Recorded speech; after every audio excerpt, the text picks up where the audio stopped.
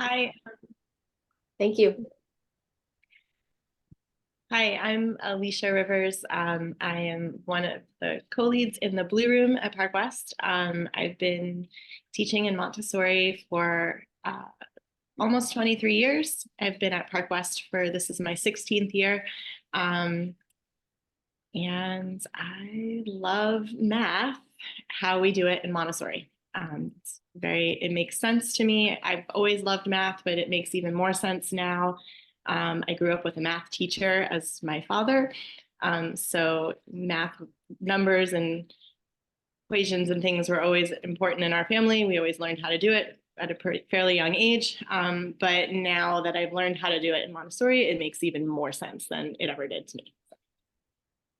Hi everyone, my name is Sultana Ahmed. I work in the Blue Room. This is my third year working at Park West. I've been teaching this will be my 10th year and my 7th year in Montessori side. I guess we can start.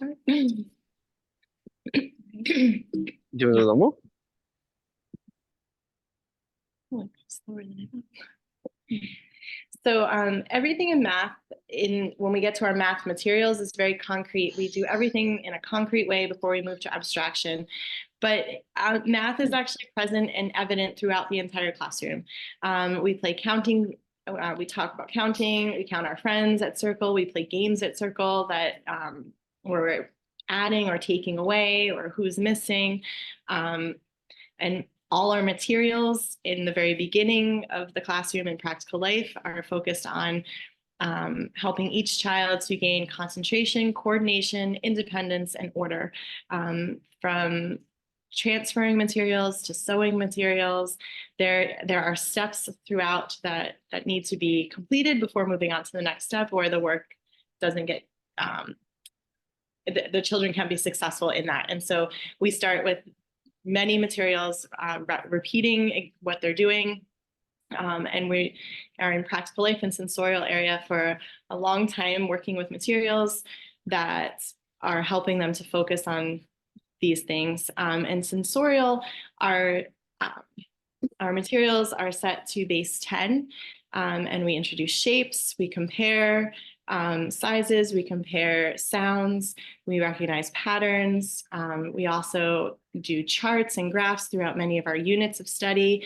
When we're cooking and prepping food, we're measuring, we're cutting.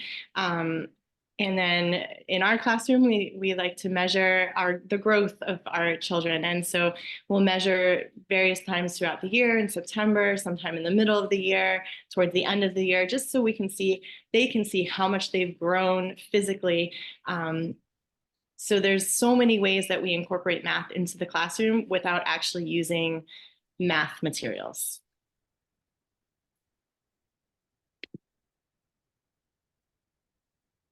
So here's some pictures of some of our practical life materials.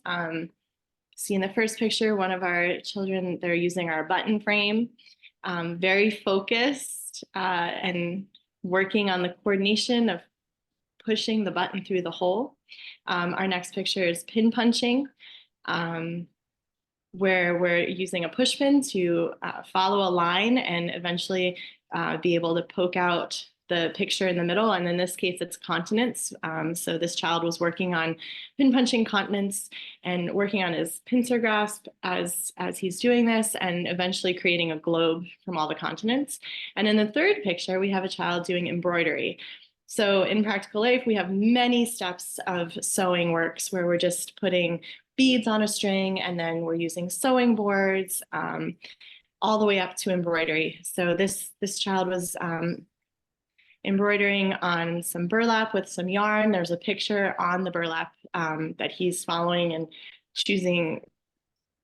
He chose green, so he has some green yarn for him to work with. We added a lot of practical life photos. So here's some other materials in our practical life that really help the children to develop their concentration and coordination, being able to pour from one pitcher to another, being able to use tongs to transfer from one bowl to another, opening and closing, using a spoon with very small shells or rice to get all the grains from one to another.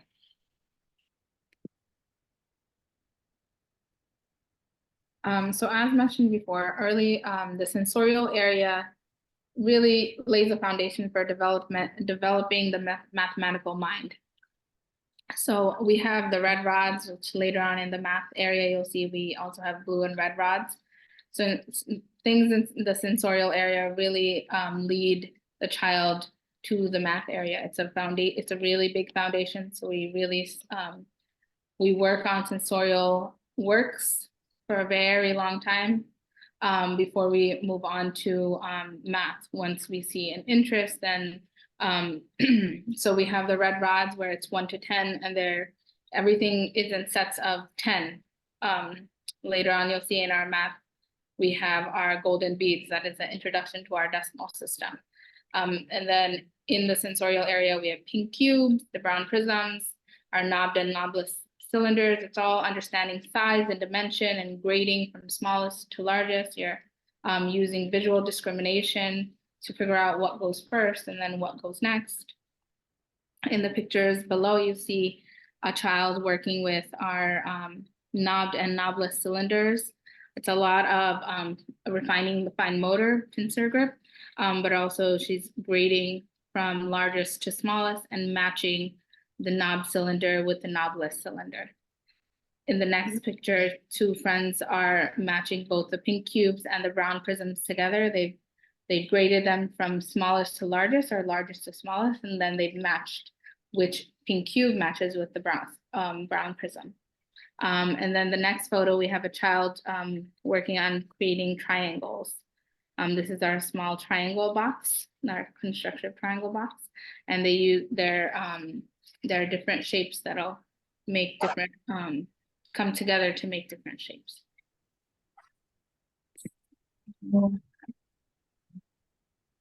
So this friend is working on a trinomial cube. Yes, one of my favorites.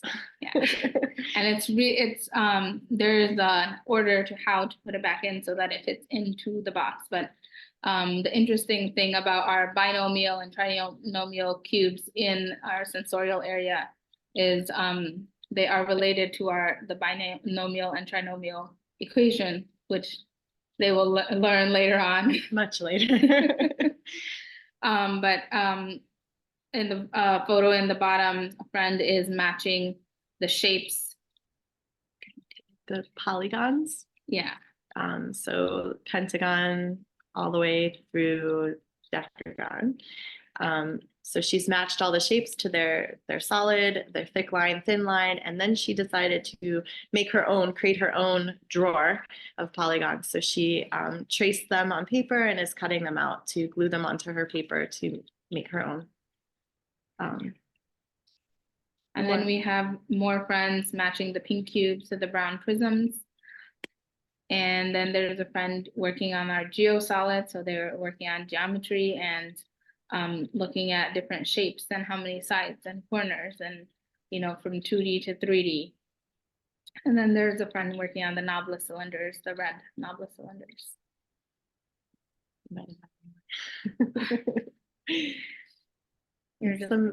Some more pictures of very similar works, some of the same, the pink tower by itself, or pink cubes. We also call it the pink tower, and the brown stair or brown prisms.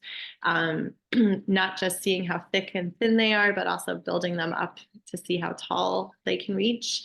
Once friends start getting involved using the cubes, the binomial and trinomial, they really get excited when they see others using it too. As you can see in the picture, these friends both are working on this work, and the friend watching is excited because he has recently done it as well. And then we can also make these materials become more challenging. And so in just doing 10 knobbed cylinders might be challenging for someone who's in their first year of EC, so a 3-year-old. But when you get to your 3rd year, when you're 5 turning 6 in kindergarten year, or even before then, but we would challenge you by putting more of them together. So this child is using all 4 of the knobbed cylinders together and taken all the pieces out, mixed them all up, and now is, I believe he was about to see how quickly he could put it away. So they even start challenging themselves to make it more difficult and see what they can do. And you also introduced the word equivalence, right? For the Yes. Mhm. So in other areas that you'll see math and like throughout our day, throughout our schedule and of the day, we have a friend counter as our job. So one of the friends will count how many friends are there, how many are not, will count up to how many would there be if we had a full class, and then figure out who's missing. So that's part of, just an informal way of introducing math into the classroom. We count our, to 100 days of school, and we have super fun pizza pajama party day that we count up to. But here they're counting. We also have a calendar, and although in our classroom we use the calendar, the friends like to, they just love saying the year, and then when January comes around, they like figuring out that now it's a new year, and it takes us quite a bit of time to transition from 23 to 24. But and then we have word games. We'll sit and we'll be sitting in a circle, and as we're waiting to transition somewhere, we'll say, okay, let's play some games. It might be about apples, like we have here. I have 4 apples, Johnny has 2 apples. How many do we have all together? And our birthday celebration. You wanna? I know it's your favorite. It is one of my favorite things.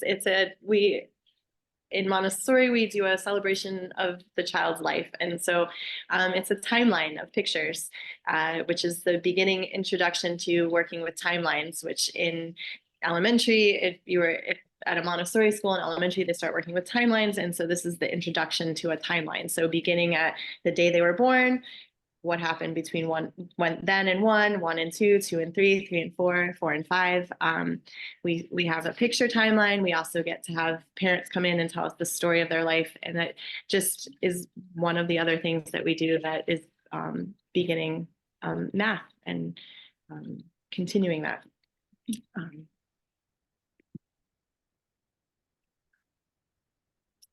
And then we finally get to the math materials. So math materials, all our materials start in a very concrete way, and we journey to abstraction. Sometimes we get to go into really abstract concepts.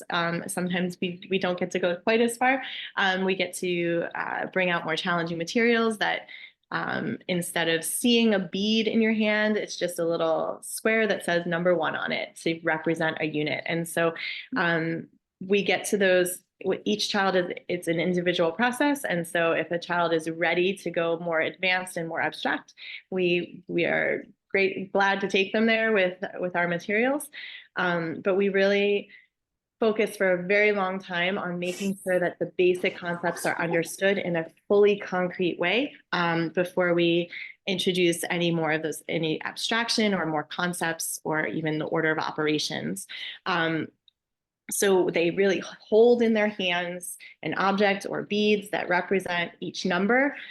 We spend a lot of time on one-to-one correspondence, matching the correct quantity to the corresponding symbol, making sure that when they see the number 5, they are able to place 5 objects, hold 5 objects, really understand what 5 means before we're moving on to any sort of operation of addition or even into the teens. So we spend a lot of time on 0 through 10 in our classroom. So here's 0 to 10. So before I mentioned the red and blue rods, so on the right-hand corner, there's a child working on the red and blue rods, and you start off by this is 1, and you show you're holding 1. And then when you go through, where's 2, and you really use your hands to help you figure out, this is 2, this is 3, and you're counting, and there's a space for your palm to be as you're counting along. And it's the same as the red rods, but now the rod has been cut into pieces to show 1 to 10. So we have the red and blue rods, our sandpaper numbers, where the sandpaper is shaped into the number, and we use that to trace and to learn this is the symbol. And then we have, we'll have manipulatives. So we'll count, can you show me 1? And we'll show 1. Can you show me 2? We'll take 2. And they can visually see that, 1 looks smaller than 5. The middle child is working on the spindle box, and that is a work that really shows the difference in how big the number 1, you can hold 1 spindle in your hand. It's like a wooden stick, but when you get to the number 9, as you're putting it in your hand is full, and usually we might be able to hold it with 1 hand, but a 3 to 6 year old will be holding 2 hands to hold the 9 spindles to put it in the correct space. And there's always a control of error. So in our 1 to 9 box, there's 45 spindles. If there is not enough spindles to put in the number 9, or if there's 1 or 2 left over, it's like, oh, okay, let's take a look at all the other spaces. Let's count it again. Let's make sure that each one has the correct number. But we're moving from concrete, manipulative materials to abstract here. And as Alicia said, we stay in this 0 to 10 space for a very long time, working on one-to-one correspondence, working on the correct quantity to symbol, using the concrete objects, and to be able to manipulate these materials, to then move on to order of operations, to understand that joining together means to add, or joining a certain number many times means to multiply.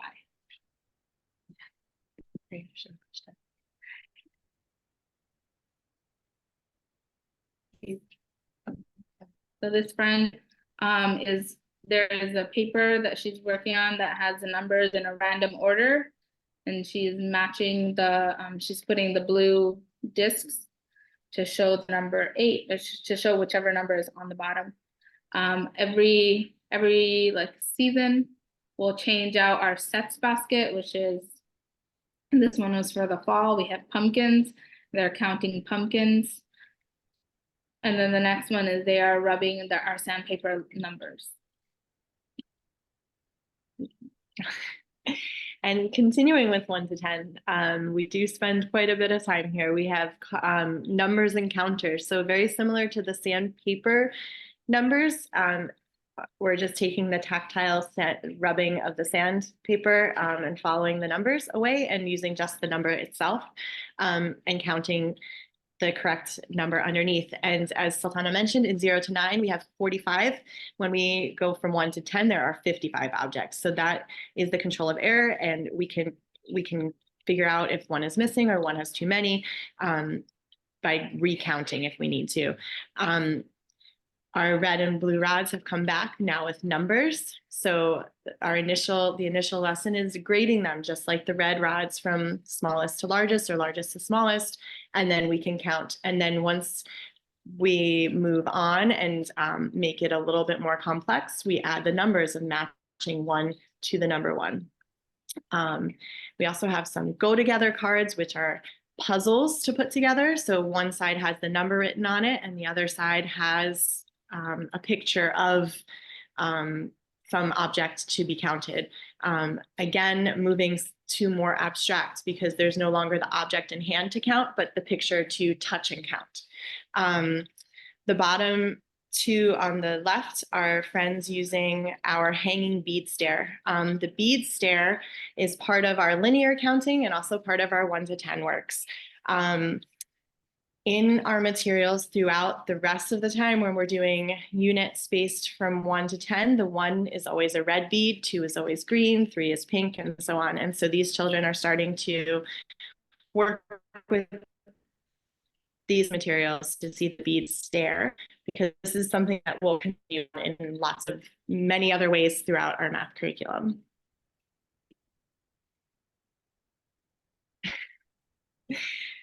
So this is where we get to the linear counting and our decimal system. So these happen concurrently. So linear counting is the bead stair, continuing on to the teen numbers, counting up to 100, our short chains, long chains, snake game, and some operations. Our decimal system is where we start really talking about the introduction to the decimal system, place value, our layout, base 10. We do fetching games, play the bank game, and then we start combining the beads in orders of operation. So addition, multiplication, subtraction, and division. So the first picture is our short bead stair laid out in our little triangle from 1 to 10. And then next to it, we have our friend matching the bead to its number. So counting each of the beads on it to match it. We have our teens board, again, matching a 10 bar to the 10 and then matching the number bead to its number. So from the first lesson, we go from 11 to 19. Once they start to really understand the concept and matching the numbers, we'll start mixing up the numbers to see if their understanding of the concept and make it a little more complex for them. We also have a paper where they can color the bead stair, or we have paper punched out circles to create their own bead stair. We really want them to get a firm grasp of the numbers 1 to 10 before we move forward. You can see the child with the red cards. We made some materials last year for really focusing in on teen numbers. So he's counting the little yellow dots and then finding the correct number and clipping a clothespin on it. And then on the right, you'll see starting our short chains and long chains. This is still part of our linear counting. Our short chains represent the squares of all the numbers. So this child has gone through 1, 2, 3, 4, 5, and is working on 6. So it's skip counting, but the 6 chain, when you fold it up, is the same as the square of 6. So we count and we find out how many beads are in the chain to know how many beads are in the square. And then we take it a step further with the long chain. So the 5 long chain has 5 squares in it to equal the 5 cube. And so this child has been working on it. She's done all the short chains already and has moved on to the long chain. And so the longer chains are the cubes of all the numbers.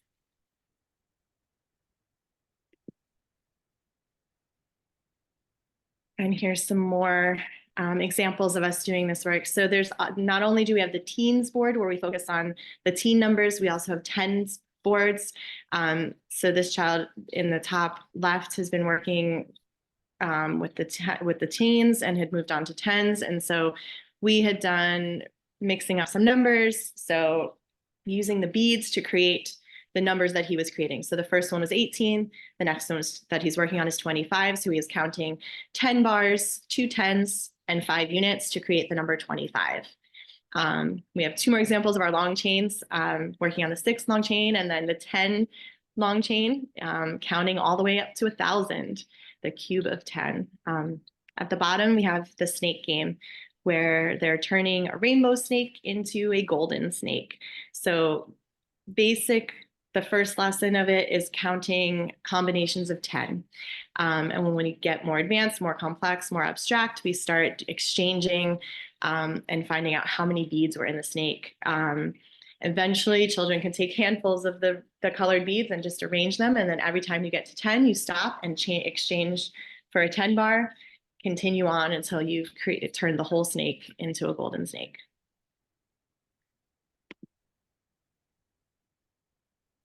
And then our decimal system. So this child did our decimal layout. So before we do the layout, we have the introduction where we spend some time on this is 1 unit, 110, 100, 1,000, really focusing in on there are 10 units in 110, and it's just a bar of 10 altogether. And then the 100 squares are 10 bars, and the 1,000 cube is 100 squares to make 1,000. And so we've spent some time on that and looking at the numbers. And then we are counting and matching the numbers all the way from 1 to 9. And then what comes after 9? 10. So then we start doing all the tens from 10 to 110 to 9 tens.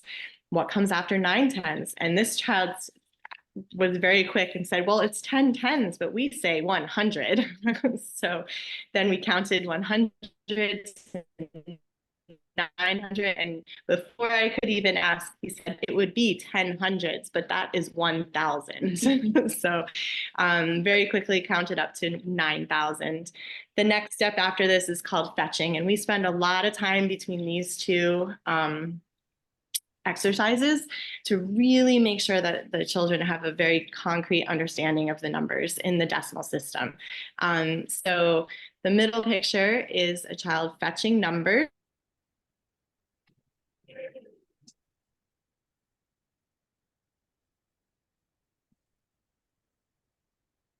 When we know that they've got a concrete grasp of that, we'll add the tens. When they can get both tens and units, then we'll start adding hundreds and eventually thousands. So this child is fetching all 4 digits that we use. In the next picture, this child has combined 2 smaller numbers to make a larger number. And that is exactly how we say it. We don't even talk about addition. Initially, we combine 2 small numbers to create a larger number. And by the time we get to this point, these children have done all of those other lessons and are working on all the other things that we were just talking about in linear counting as well as they're doing this.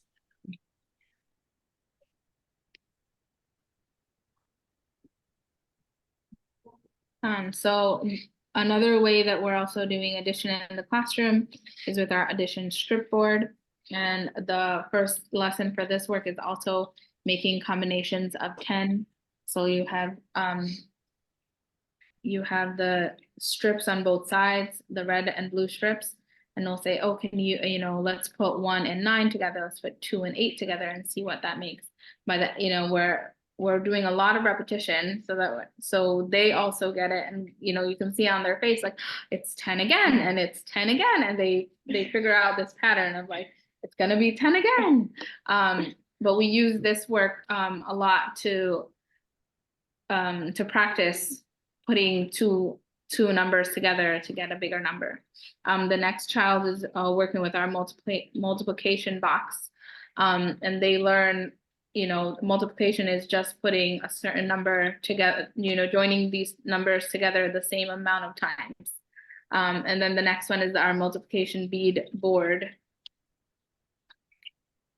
I can't tell how many. So this child was doing, it looks like the table of 4. So 1 4 times is 4. So he's counted to the 4 beads, and the 1 and is on, looks like number 6 now. So he's counting 4 beads down and then being able to add the total together, because multiplication is simply adding a number multiple times. And so it flows very easily from addition into multiplication. So in Montessori, we do addition, then multiplication, and then comes subtraction, then division.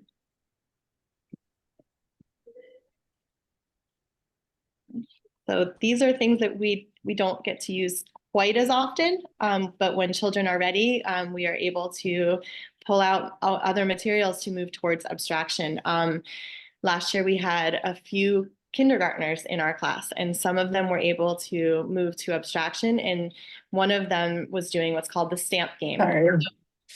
This is these are the little tiles are representations of our decimal system.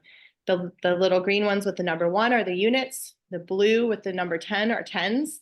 The red ones have a little 100 and they are the hundreds. And then the other green ones say 1,000 and they are the thousands. So this child was combining 2 numbers to add together using the stamp game instead of the big golden beads. He had done that multiple times and was ready to try this, and was very excited when he finished it. Wish we had that picture. And the abacus is very similar. You can see units, tens, hundreds, thousands, and it's the same concept. You count 10 units and then you would exchange, go back and add the 10, and so on. So. Some more of our math materials is where, as we mentioned, measuring the children throughout the year. There's a friend measuring how long our tissue box is with our measuring tape. And then we do various cooking activities throughout the year. Here we are making some Play-Doh.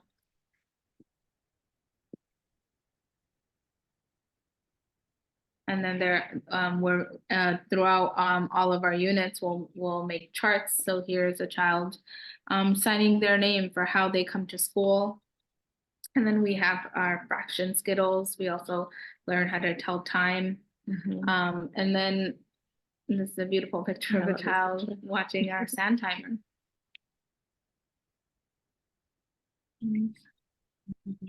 Yeah.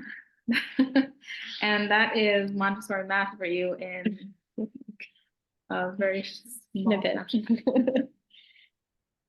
If there are any questions, share.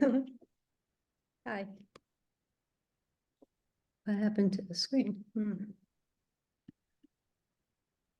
There was a question in the chat. I took an attempt at answering it.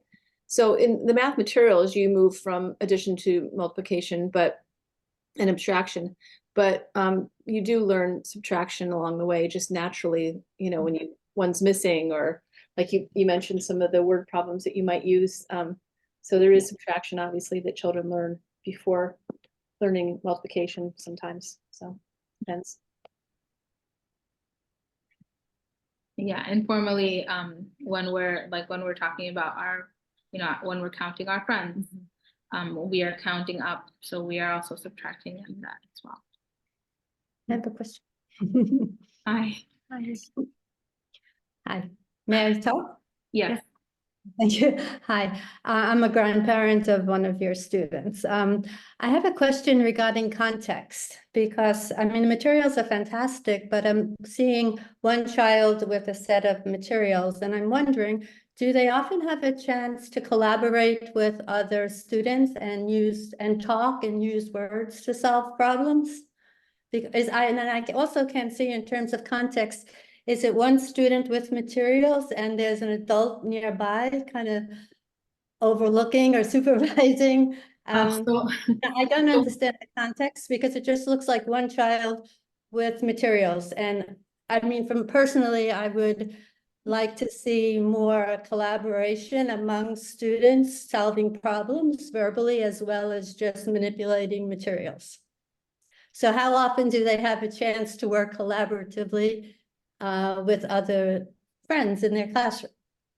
So usually, when we introduce a new material, we'll give a lesson, and it's not just a child alone, but a teacher with that child. Or if there's a group of children or 2 or 3 of them that are on, they're interested in the same thing, they're ready for that, we'll give a group lesson. So they're all together and they're watching and they're talking to each other and figuring out what's happening. They're taking it all in. We also had some pictures of friends working together, so they'll choose the work and say, can we do this addition work together? So they'll be working.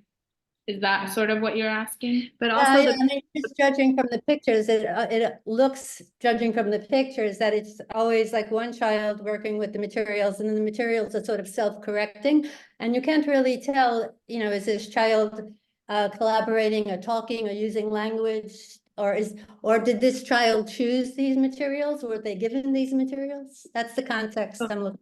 So in math, especially in some of the more academic areas, there is collaboration, but it's also that we're looking to see who's ready for what lesson to move on. So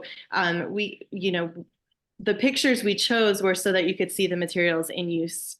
We wanted to make sure we could highlight the things that we get to do. But there's a lot of collaboration that happens throughout the day, whether it's in math or building. There's a lot of block building and magnetiles and those sort of manipulatives that also are beginning math for being able to build structures and being able to collaborate. And that's something that's happening all the time in the classroom. When we're talking about like the more advanced math concepts, if there's more than one child that's ready to work with it, absolutely we're working with them together, or we're saying, hey, why don't you show this?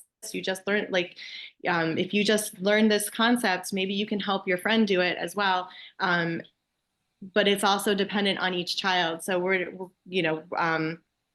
if a child's not ready to move past 1 to 10, we're not going to encourage them to go work with someone doing the decimal system, because they would be very confused with what's happening, that kind of thing.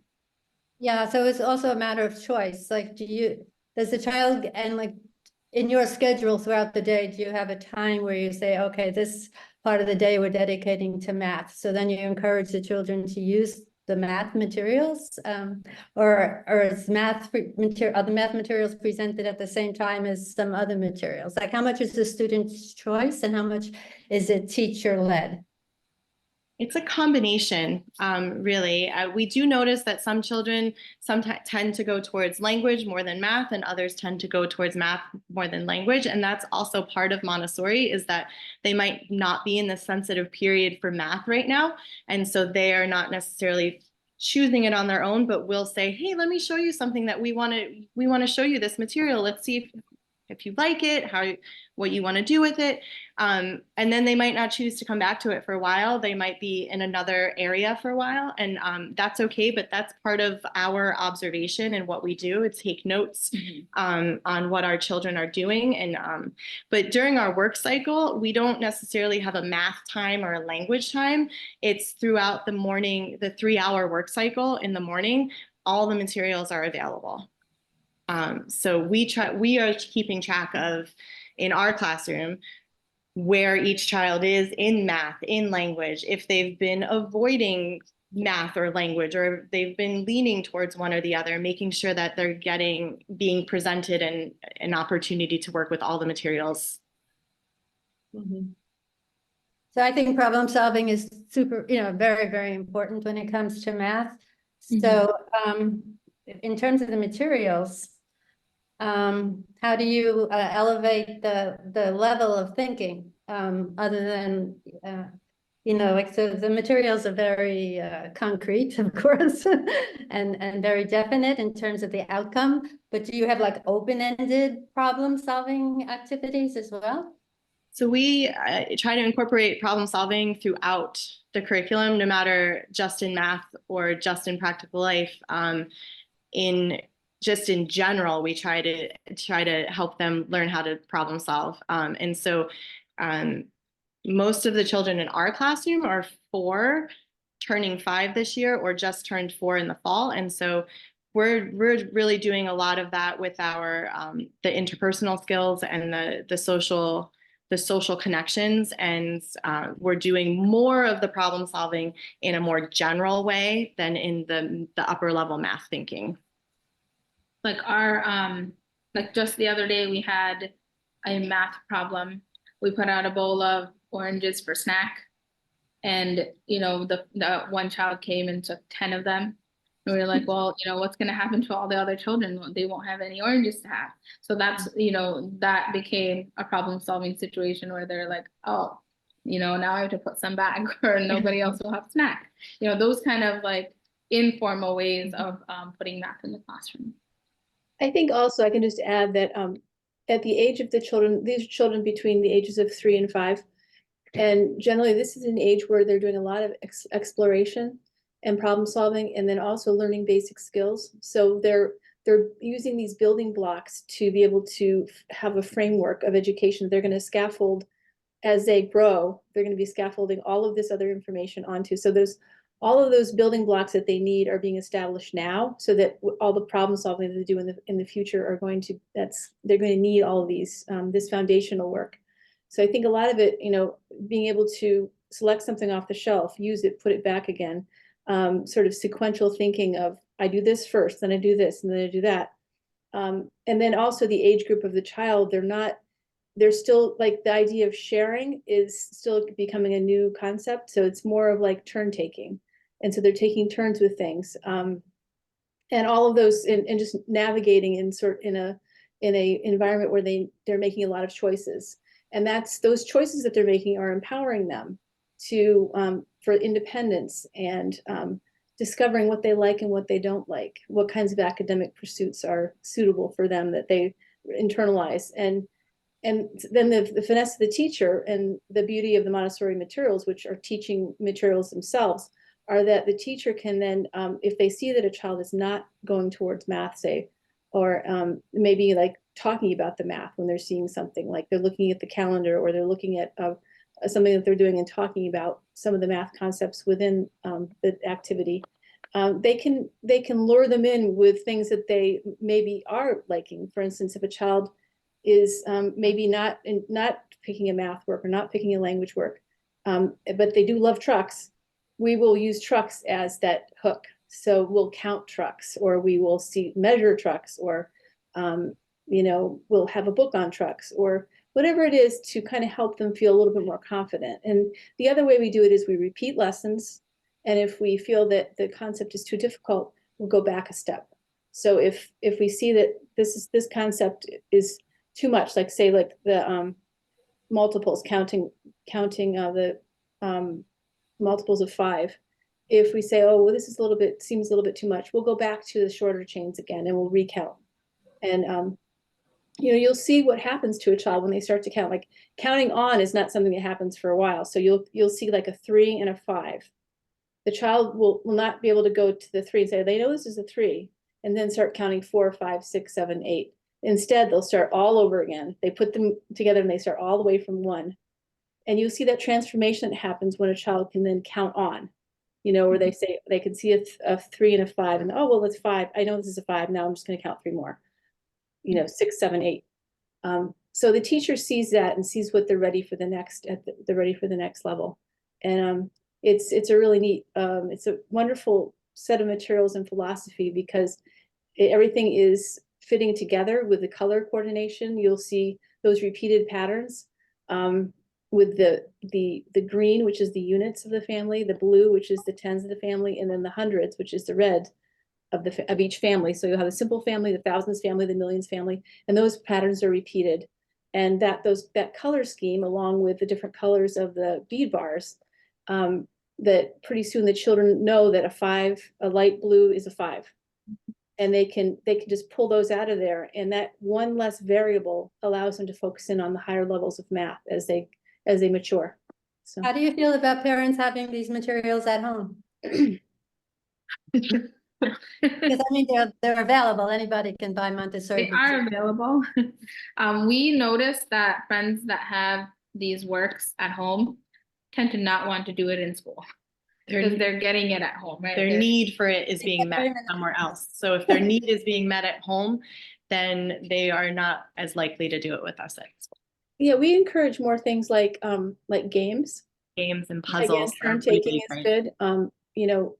I think, paying for something, when you have money and paying for things, practical life activities, measuring, doing things like recipes, making things at home. Even setting the table. Yeah, doing things like math that would be more home life types of things. I do have a question regarding the exercises at home, because I have a young daughter who is learning number system using color coordination, the beads and things, but she's increasingly coming home and asking math questions. So should we continue or implement this counting mechanism in terms of when she asks what's 3 plus 5, go get items so that she can add them together? Or are we misstepping because sometimes we ask her to use her fingers in order to get to the answer? Fingers are great. Fingers are amazing. Fingers, okay. They're like a natural tool that we all have, right? So fingers are a great tool to use, but also manipulatives. Any manipulatives. If they are, you also don't want to squash it. So if the children are really enjoying it and they're really excited by it, that's part of what we do is we follow the child. So it's continuing that following of them at home. So if she's really into the numbers and wanting to count and put them together, yeah, let her use the manipulatives to count and add them to Well, numbers. it's interesting for her. She's just not counting. She's asking equation questions. What is 3 plus 5? And what is 8 plus 12? So, I mean, I've run out of fingers. So, My sons used to be, they still do this. I have almost 8-year-old twins and a 4-year-old. And my boys used to always play this game of, Mommy, what's 4 and 4? And I learned very quickly, I had to say, are you adding or are you building a number? Because I would say 4 and 4 is 8. And they're, no, Mommy, that's 44. So, there's like lots of different ways you can play games or talk about numbers, or even use other manipulatives and other ways that are naturally present in family life that don't necessarily require the actual materials that we have at school. okay. Thank you. Yeah, I think word problems are so important and language is so important. And because in real life, oftentimes you're not just dealing with numbers. I mean, there's something behind the numbers. I think context is so important. And that's why I was sort of not understanding what was going on, because from the images, you don't get any sense of context of what's really going on in the classroom, and I couldn't tell. I mean, I love the materials. Is there an adult on the other side guiding this process, or is this child choosing this on their own? These are important questions, I feel, in learning, because learning is social. So as good as the materials are, you need a social context to learn in the real world. So, yeah, that's why I would love to see more interaction among students and the use of more language, even at a young age, rather than just one child with self-correcting materials manipulating the materials. And then as the materials get more advanced, are those materials put away at the end of the day? Because some of them get quite large, like when you get to decimals and hundreds and thousands. Does the child have to put all of that away and then start again the next day, or do you allow them to leave that out for the next? Completely depends. If they're in the middle of a work, then we do try to find a way to leave it out so it doesn't have to get all put away and then taken out. It is Start all over again. Absolutely. And then we also help, Yes. like the decimal layout, a teacher or will have friends help them put it away, because it is a very long work and they've done all this thinking. They're both mentally and physically tired from going from the bank and getting the material. So we'll help them put it away as well. Okay, thank you. And I think that if you were able to observe one of our classrooms, you would see that there's much more interaction happening. That most of the pictures, one of us was near or with a child the whole time, and we stepped away to snap a picture to get a good picture of the materials in use. Thank you so much. Anybody else? Any other questions? Oh, let's see. Do you have any recommendations for not going over the top, but supporting our kids at home and developing their number sense or math skills? I'm not sure if we already answered that or not. I would say, like, I guess what we don't really, unless the child asks for it, like I used to love worksheets when I was a child, but my children did not. So I think it depends on what your children are asking for, but I think playing games, like dice, like, when you play a game, you have dice, maybe those are counting things. Ways that you can participate in your child's learning, but without forcing them in terms of making it really structured is what I would say. I don't know if you have anything else to add to that. Yeah, I think what we were saying before, like setting the table, counting carrots or counting whatever you're gonna have for dinner. We need, we have 3 people going to eat. How many carrots should we have? Going to museums. Yes. When you're at the park, noticing things in nature. I think those natural opportunities, and your kids just want to be with you at home anyway. So having that wonderful time together in a meaningful way is really important. And then I feel like we do a lot of academic things that we have a lot of academic opportunities that we provide at school. So that can be extended at home, but you don't have to do the same things we do. I hope that answers it, Sarah. Anybody else have anything else they'd like to ask? Or you can always reach out to me if anyone has any other questions about math. And I taught older elementary age children for a number of years in the Montessori way with math, and it really is, it follows all the way through. So it's a wonderful approach. And I Thank really you so appreciate it. much. All right, thank you. Thank you. Thanks so much, teachers, for taking the time out of your day to do this. I know it's a lot of extra for you to prepare for a presentation. We really appreciate it. You're welcome. Thank you. All right, bye. Okay, thanks.